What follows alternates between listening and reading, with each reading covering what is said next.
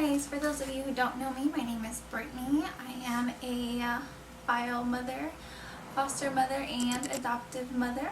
I have one adoptive daughter and a soon-to-be biological son. I am 9 months pregnant currently. I filmed this video when Heartland was she was around 1. We are fast forward now, 2 years later. She is almost 3 years old.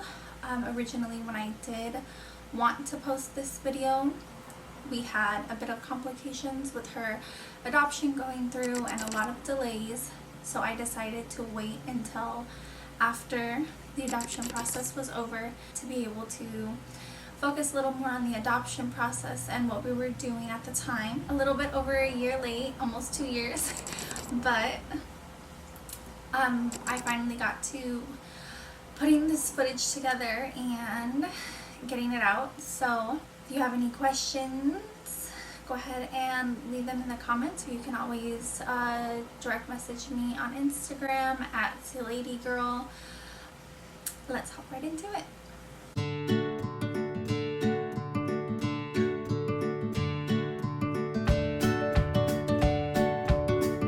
I can't really speak for the foster system or generally just for anybody who has went through anything being a foster child or even being a foster parent.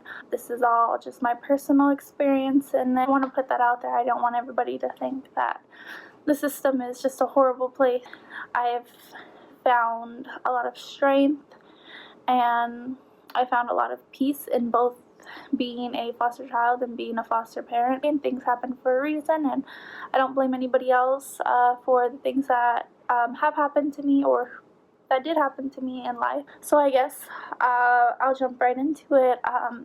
At a very young age, I was an infant when me and my sister were taken away from our parents and put in the foster system. We were actually taken away from my grandmother at the time. My dad's mother was the one taking care of us. We were staying in her home. Because of the years that have gone by, and I've heard very many stories from different people in my family, and even my mom and dad have never really brought themselves to tell me the entire story or kind of what went on. So I don't know the exact age I was taken away. I know that I was an infant. I was taken away with my sister. That was actually the second time my parents actually did get my oldest brother and my oldest sister taken away before I was born. So when I was taken away, I made certain things kind of a blur. I guess that's my way of coping with everything that did happen when I was in the system. When I was in the system, I remembered my first foster mom. I won't say her name just because I don't really feel it's appropriate. She was a beautiful, wonderful woman. She was the first home that me and my sister both went to. She was 100% looking to adopt me and my sister both, but because of the situation and the circumstances at the time, with my parents both claiming that they were fighting for me and my sister, we were deemed unadoptable at the time. She did keep us though. She kept us for a while, from what I understand. She kept us for over a year. I want to say almost 2 years. I did do a lot of things. Me and my sister both did cheer when we were with her. We were both very active children. She kept us for a couple years. At one point, when the foster system did deem not only my sister unadoptable because of her own personal emotional issues, they deemed me unadoptable as well, and told her that even if she did keep us for the amount of time that she wanted, that we wouldn't be able to be adopted. From there, I do remember us getting taken away again out of her home, not because of anything that she did, but because my sister had her own issues and was placed in a group home. That was the first time that me and my sister were split up, the first time of actually many that we were split up. I remember going into another home with 3 other kids. I remember me and these 3 other kids were all staying in one room. I remembered my foster mom being very absent from the picture. It was me, two other girls, and a little boy. One of the girls and this little boy were relatives. That's why they got placed together, even though all of us were technically not supposed to stay in the same room. I feel like back in the early 2000s, there was a lot of rules and a lot of things that DCFS did really look over, especially in a system where there are so many kids and not enough adults to take these kids. So at the time, it was very illegal for us to all stay together, but we did. I remember getting phone calls from my mom, my dad, and my sister, who was in a group home, who the courts deemed it was appropriate for her to be in this group home because of her own issues. I remembered genuinely asking if me and my sister could be placed in group home together, just because it would make me feel more comfortable. I'm sure it would make her feel more comfortable. I remember multiple times being shot down, saying that it's only when necessary, which I did not believe was a good enough reason for me, because the state said they didn't want to pay out of their pocket to actually keep us together. I didn't think that was a good enough reason. I mean, granted, at the time, I was a little kid. I was about 5 or 6 when this did happen. Of course, I was very opinionated. It comes with being a foster child. You have to learn how to kind of fend for yourself. In most situations, you don't have somebody there to kind of be the parent for you. At this time, I was learning things like people were paid a substantial amount of money to take in foster kids, and although I think it's a wonderful thing that the government does help those who do take in children who are not theirs and children who need a home and whose parents can't provide that for them, I do think that the rules and regulations weren't really, I want to say, looked into a lot. There's nothing that we can all really do about that. It's just kind of moving on. A lot has changed since then. I do remember having visitation. I do remember seeing my mom and dad normally. I can't say how often. There's a lot of things that are kind of really a blur, because I have looked through, online sources, and I've even tried going down to the Torrance Department of Children and Family Services. That was actually where my case was originated in. And they said that they don't have records of me and my sister. I'm assuming when Child and Family Services went from paper to online, magically all the paperwork kind of disappeared. A really hard process for me, for my sister. I've tried looking into so many things that it's kind of brought me to like a literal dead end. Like, I even went through my college to see if I could somehow pull something, but before 2011, it's kind of very fishy and very hard to pull information. So I've kind of let that be. I've set at peace to myself to move on from the situation. I remember my last foster home. Most of the ones in the middle are very fuzzy. I don't remember how old I was. I was still in elementary school. I want to say 3rd or 4th grade. At the time, I don't really remember a lot about the school I was going to or the people that I was around. I remember I did not have a lot of friends. I wasn't really able to actually hang out with people outside of my foster parents' house. I don't remember having a foster dad. I do remember my foster mom. I remember a lot of things happened. I remember discipline-wise, I was put outside with 2 dogs that were probably, standing on their hind legs twice my size. I was a very small, petite child, I will say that. But there was just some things that I felt my foster parents crossed the line with when doing things. Me and my sister were separated for a good amount of time. My foster parents didn't like us sitting in the same room or even conversating in the same room if nobody could hear or nobody knew what we were talking about. So that was kind of a more awkward portion of me and my sister's life. I felt that it was a little uncalled for an adult to tell me that I wasn't allowed to have an opinion or I wasn't allowed to talk to the only family that I had. I genuinely remembered one birthday I remember one Christmas and one birthday. My first Christmas in foster home with my first foster mom, I do remember most of the nice things that she did for me and for my sister. I do remember Christmas and my sister's birthday. The only birthday I remembered in foster home was my birthday. I don't remember how old I was, but I do remember it was in my last foster home. I remember actually getting an at-home baked cake for my birthday, and as a child, I feel like you're grateful for whatever you have, or depending on how you're raised, you're grateful for whatever you have, and I was grateful that at least I got cake and a plastic 99-cent store wand. Made me happy at the time. I do see now kind of the error in their ways, because they did also celebrate. They had children and they did celebrate multiple children's birthdays when me and my sister were staying there. Nowhere near even similar to how they celebrated my birthday. So you can kind of see how there was an error. There was a huge error, and for me that left all the years I did spend in foster home, it left an imprint. It left a very bad taste in my mouth about what it was to be a foster parent, and how people could just so easily corrupt a system that was supposed to help those who needed it.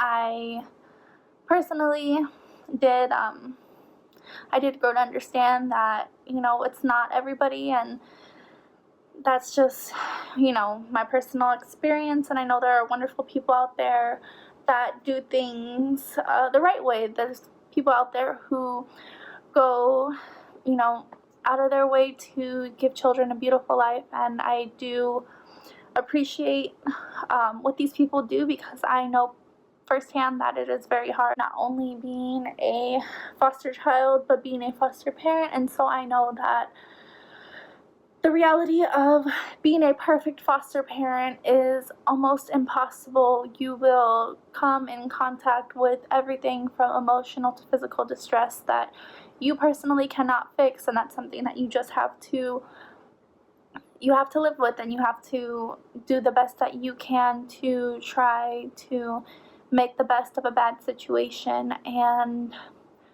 while you may not be able to answer every question that your foster kid gives you, or even other people, because there are people outside of, not only outside of your family, but there are people outside of your life who will feel that they have the right to ask you questions, and you're more than welcome to shut them down. There's multiple times where I have actually stepped into a conversation, of course accidentally. I didn't mean to say things that obviously offend those who don't know the system, or haven't actually got a taste of what the system is. And there are a lot of people who get offended at the things that I say, and I personally I'm okay with that. I know that a lot of people will not see things my way, and not only because they've never experienced the system, but because they're very closed-minded to the fact that bad things do happen, and I'm okay with that. I've kind of washed my hands with people who decide that not only is my opinion not important, but if I've come from a background like so, I just personally don't have not only the mental capacity for a conversation apparently, but I don't have the life skills to move on. There are things that you will not be able to control nor help with, but you have to learn how to roll with the punches. You have to learn how to take things not only day by day, but kind of as they come. You have to learn how to genuinely accept this portion of life and move on. My last foster family was probably one of the worst homes that I had ever kind of encountered. Me and my sister got taken out of the system when we were still in elementary school. I believe my sister was closer to 4th or 5th grade. I do remember my sister being held back though because of the amount of school she missed due to foster care wanting to put her in girls' homes so frequently. I want to say I was in third-ish grade when we did go home with my mom's mom. So my grandmother had legal custody of me and my sister. I want to say I finished elementary school in her home.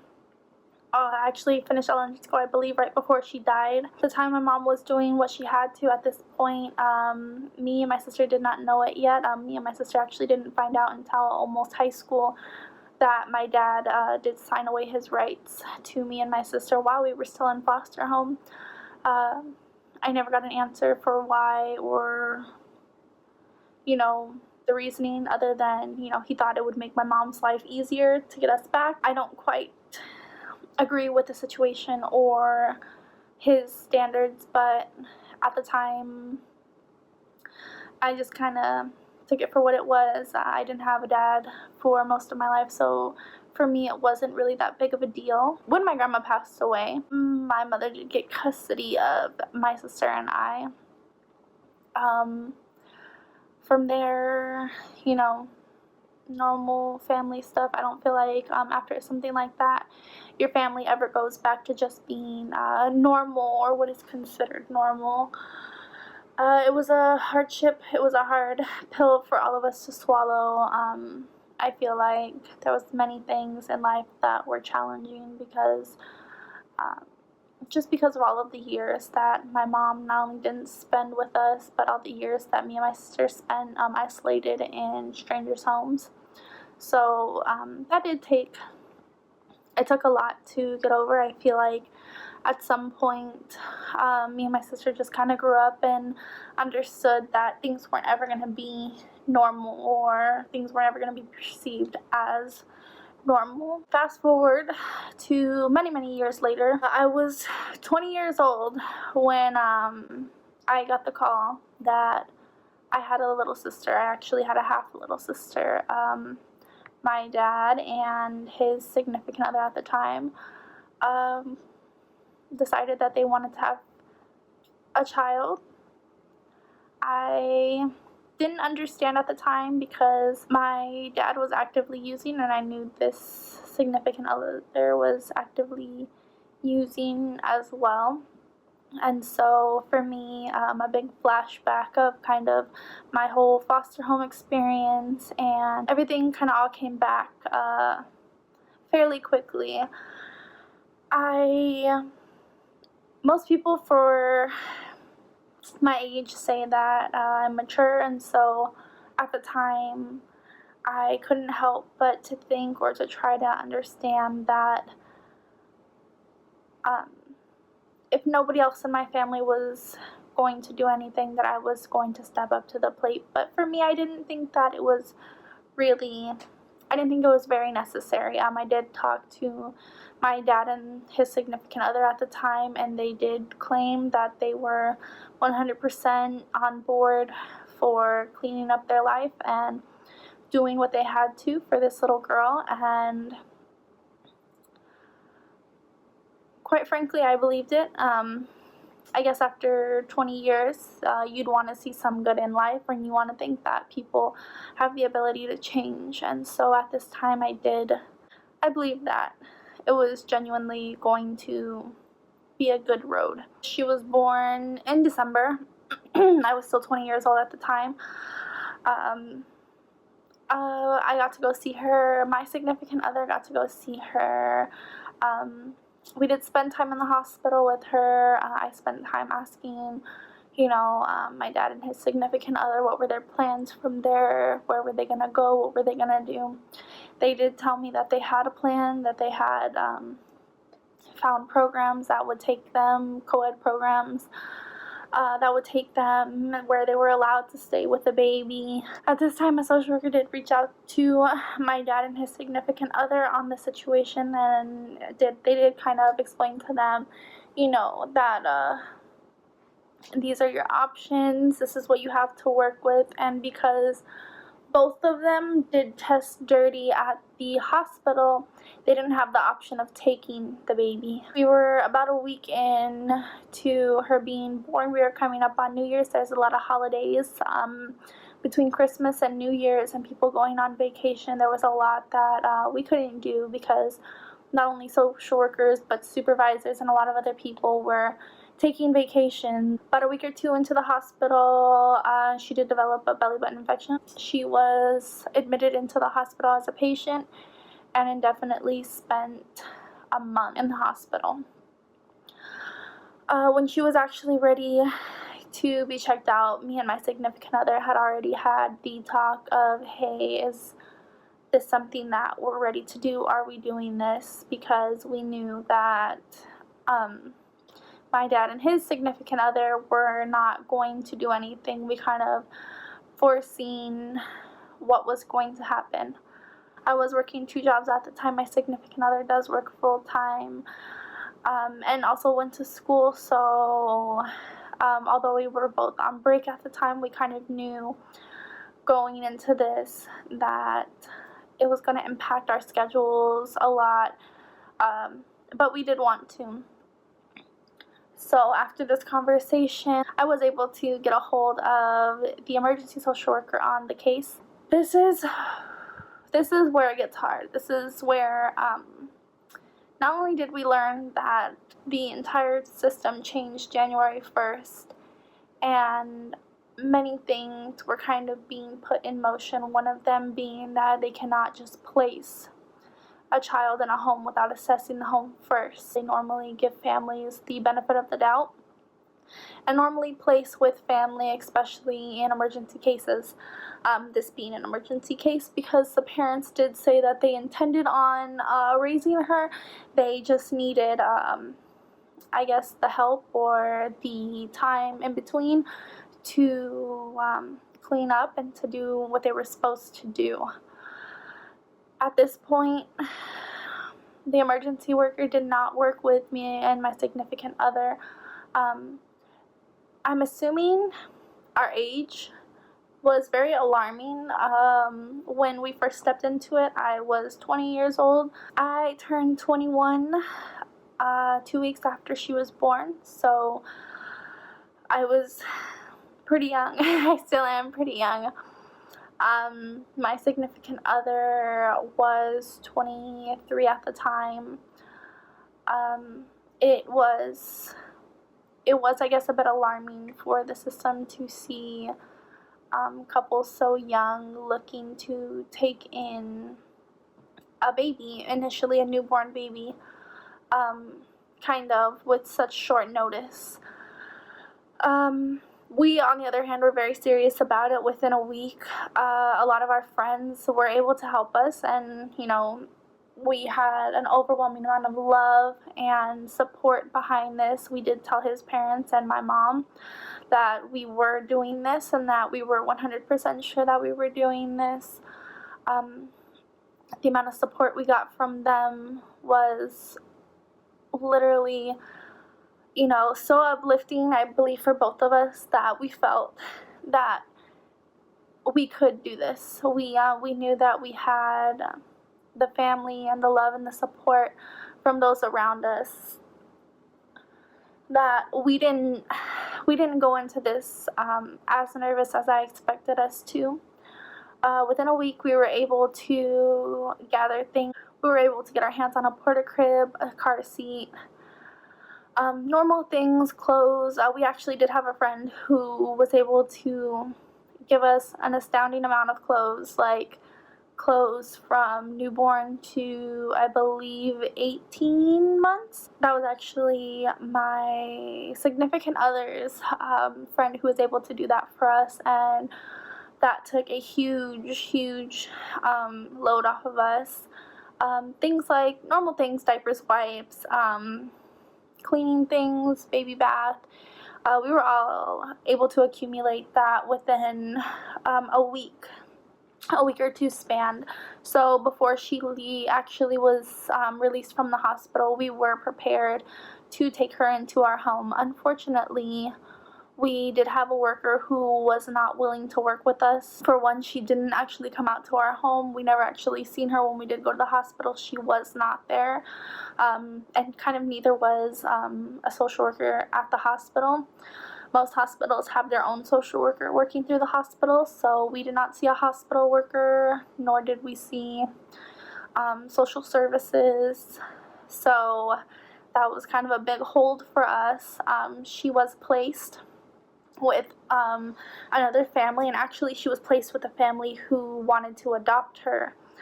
That was something that I didn't know, nor did my dad or his significant other. Kind of all of us were in the dark about this family actually asking to put in papers to adopt her.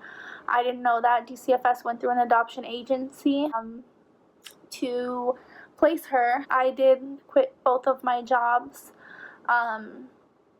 Running after social workers is a full-time job. I don't think that I could stress to anybody more that being a foster parent takes day and night. I made calls all day. I waited around my phone all day. I made sure that I wrote down every single word that anybody said, and if people could email me to make my job so much easier, because then I wouldn't have to write down everything, I would try to do that. I had to get in contact with not only these babies, not only the attorney for the baby, but the attorney for my father and for his significant other as well. It was one of the most exhausting things that I have literally ever done in my life. She was in these people's home for 3 weeks. I want to say 3 weeks, 3.5 weeks. This was the longest 3.5 weeks of my entire life. Not only was I making calls genuinely 24/7, but I was getting close to no sleep, trying to make sure that everything was absolutely perfect. I felt that a lot of people at the time didn't want to believe that me and my significant other could do something.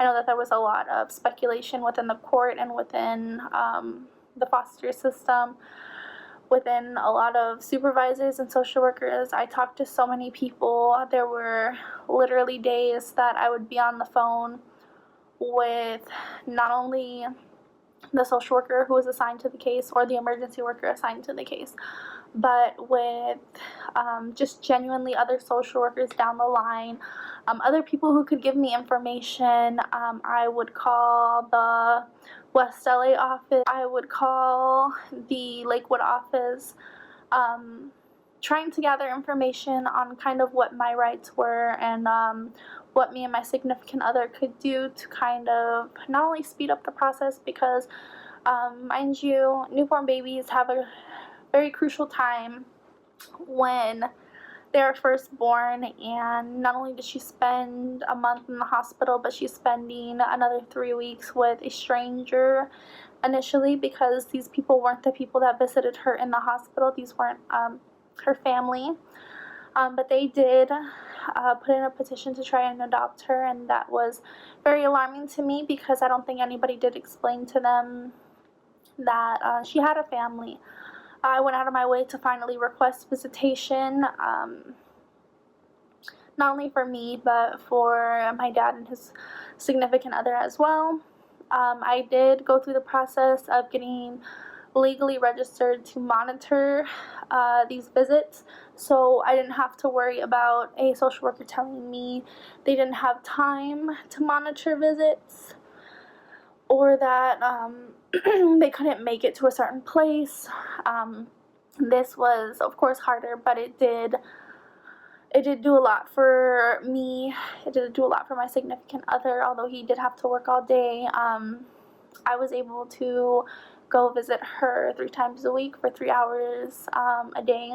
Just about at this time, we were coming up on the first technical court date.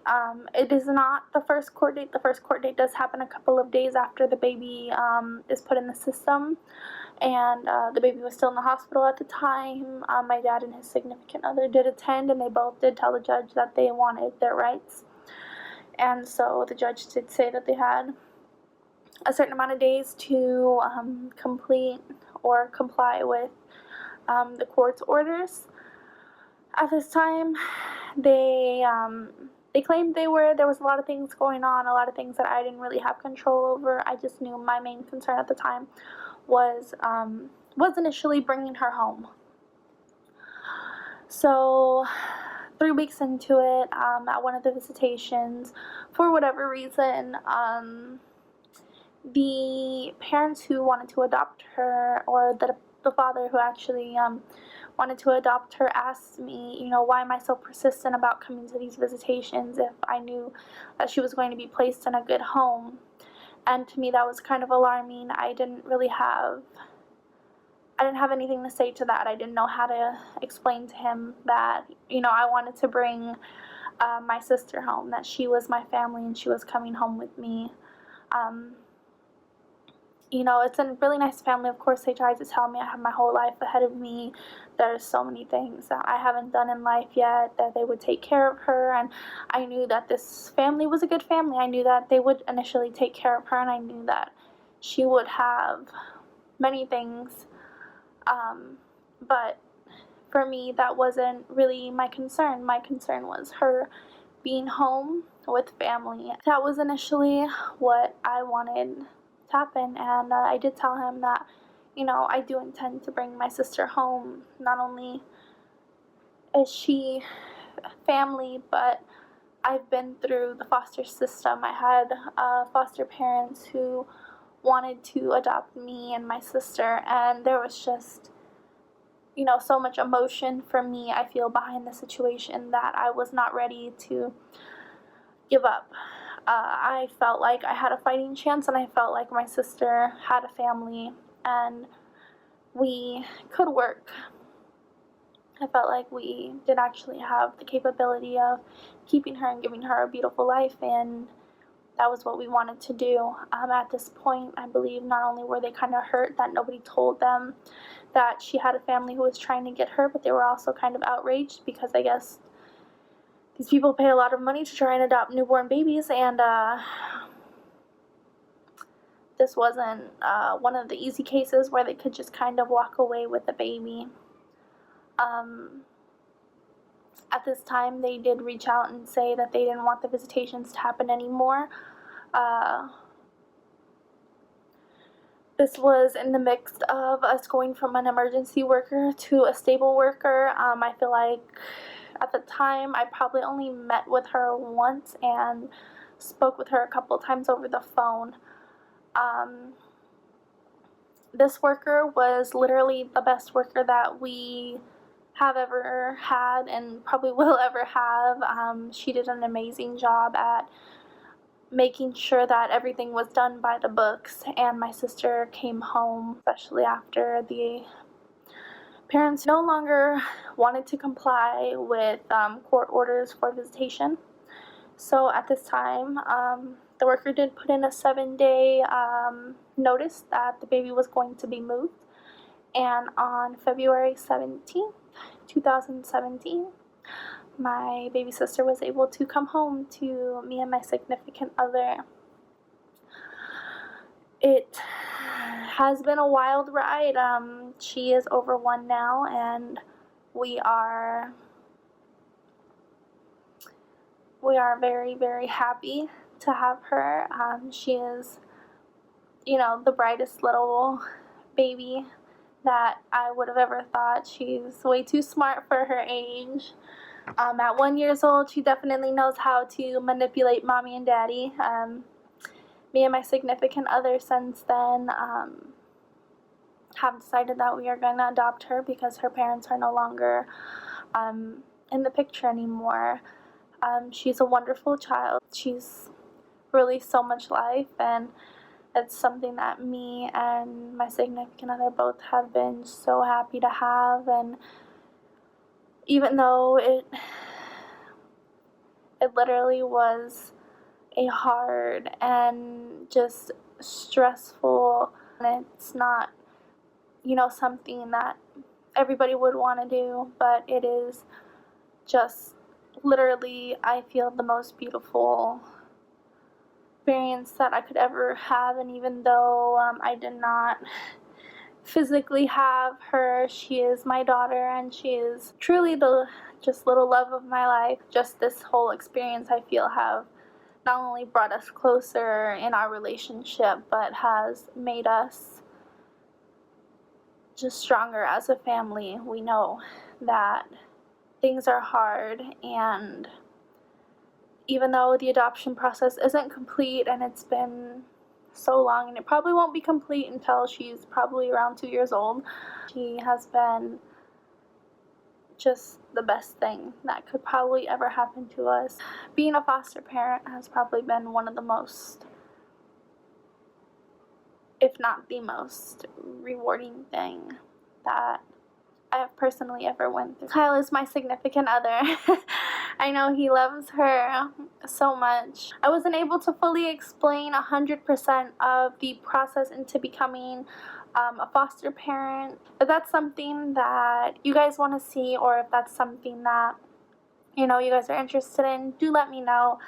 I've had a couple people ask me, and I was really thinking about putting up a good video on what you need and what to expect wanting to become foster parent. That was genuinely my experience, going from being a foster child to being a foster mom. I do feel like not enough stories for me as a foster kid to relate to anybody, and I'm hoping that if there's a foster child out there somewhere who thinks that they're alone, that maybe they'll see this and they'll understand that they're not alone, and they won't be alone. There are other people out there who are going through the same thing, and it's totally 100% understandable for you to feel how you feel.